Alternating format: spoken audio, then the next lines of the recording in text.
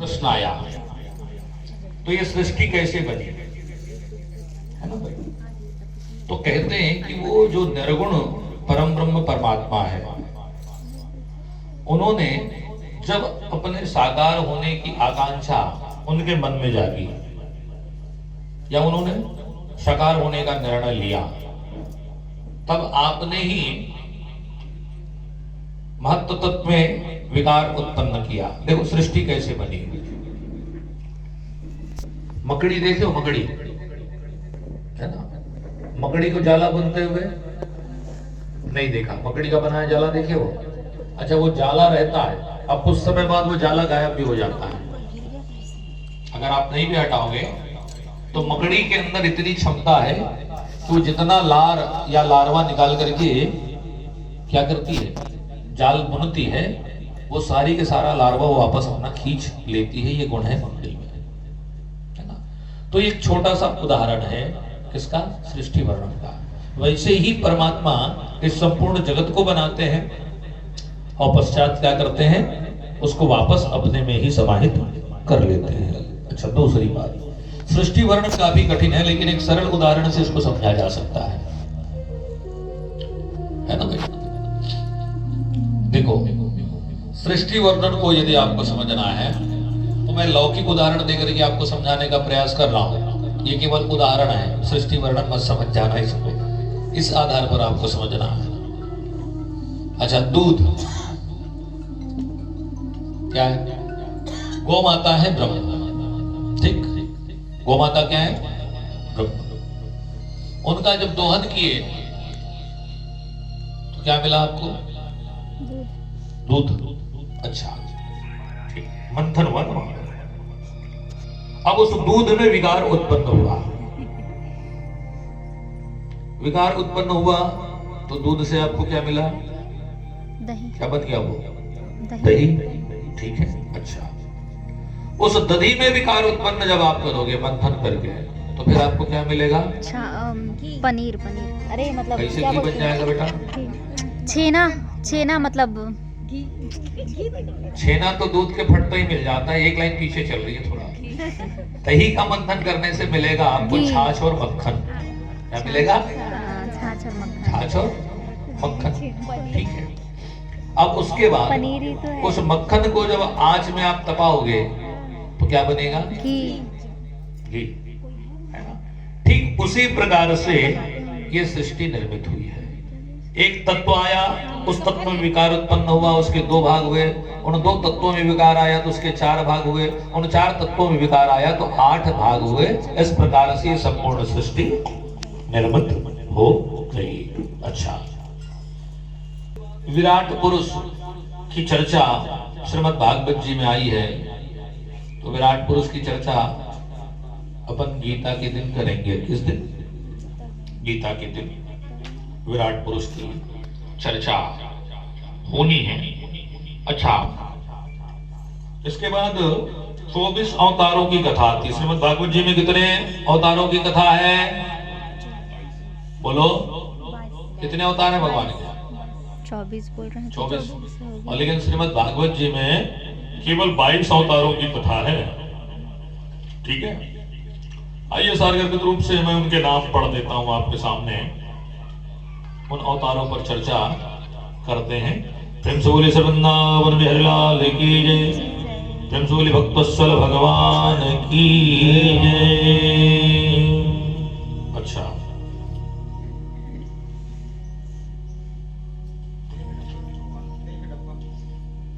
हाँ मंगवा लीजिए उसको। आइए देखिए, भगवान जी का सबसे पहला अवतार जो हुआ वो सनकादिकों का है। किसका है, सनकादिकों का अवतार हुआ है भागवत जी में। उसके बाद नारद आदि महात्मा, फिर 12 अवतार, फिर कृष्ण अवतार, फिर बलराम अवतार, परशुराम जी के अवतार। ये क्रम आगे पीछे है, मैं सिर्फ आपको अवतारों के विषय में संक्षिप्त जानकारी दे रहा हूं। इसी तरह से 22 अवतारों की गणना भागवत जी में हुई है और 2 अवतारों का संक्षिप्त चित्रण भागवत जी में देखने को मिलता है। कौन सा? तो बोले हंस अवतार और हैग्रीव अवतार। इन दोनों अवतारों की बृहद कथा आपको देवी भागवत में प्राप्त होगी। तो ये संक्षिप्त रूप से अवतार प्रकरण है। देखिए, दिति के गर्भधारण की कथा आती है। महाराज संत शिरोमणि कश्यप जी, महात्मा कश्यप की अनेक पत्नियां, लेकिन उनकी 2 भार्याओं की चर्चा धर्मशास्त्रों में हमको अधिक सुनने को प्राप्त होती है, दिति और अदिति। तो जो दिति हैं वो दानवों की माता है और अदिति जो है वो देवताओं की माता है। एक बार दिवा का ही समय था, सूर्यास्त हुआ नहीं था और माता दिति जो है वो आती हैं कश्यप जी के पास और उनसे कहने लगती हैं कि हे स्वामी, हे पतिदेव, मुझे संतान की अभिलाषा है। किसकी अभिलाषा है? संतान की। अच्छा, संतान की अभिलाषा है। कश्यप जी ने कहा कि बिल्कुल अच्छी सोच है,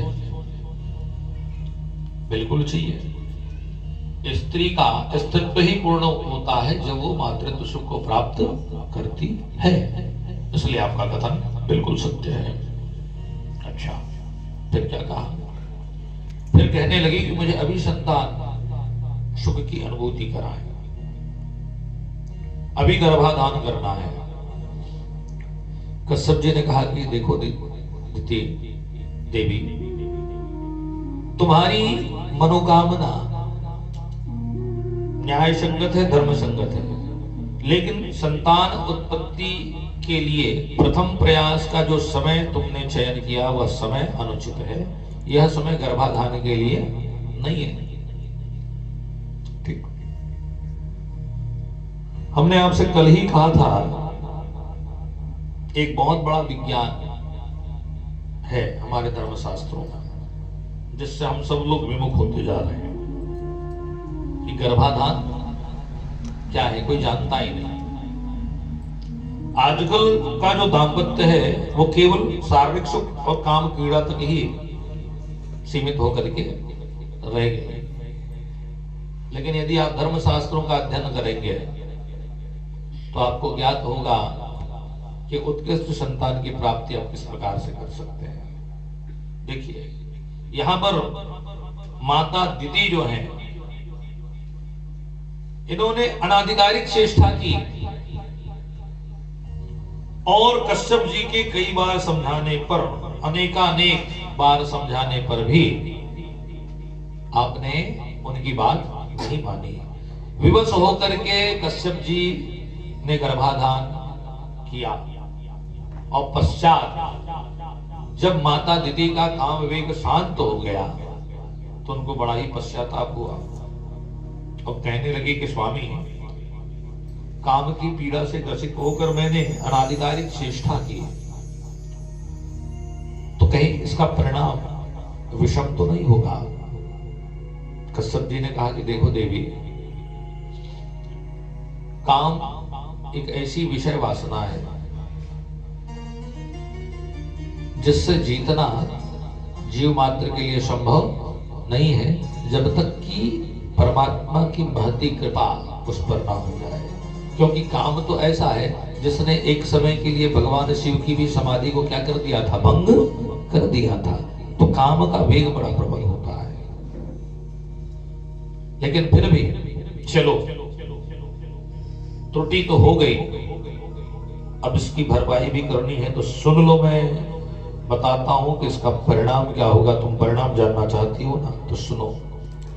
बोले,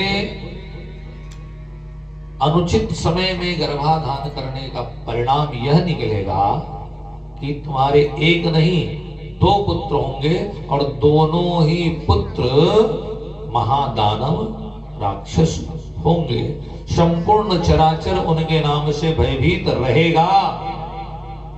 3 लोक 14 भुवन संतप्त रहेंगे उन दोनों की दुष्टता के चलते।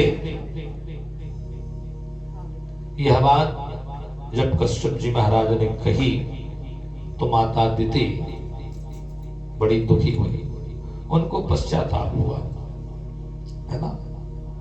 तो कहते हैं ना कि अब पछताए का हो तो जब चिड़िया चुग गई खेत, है ना।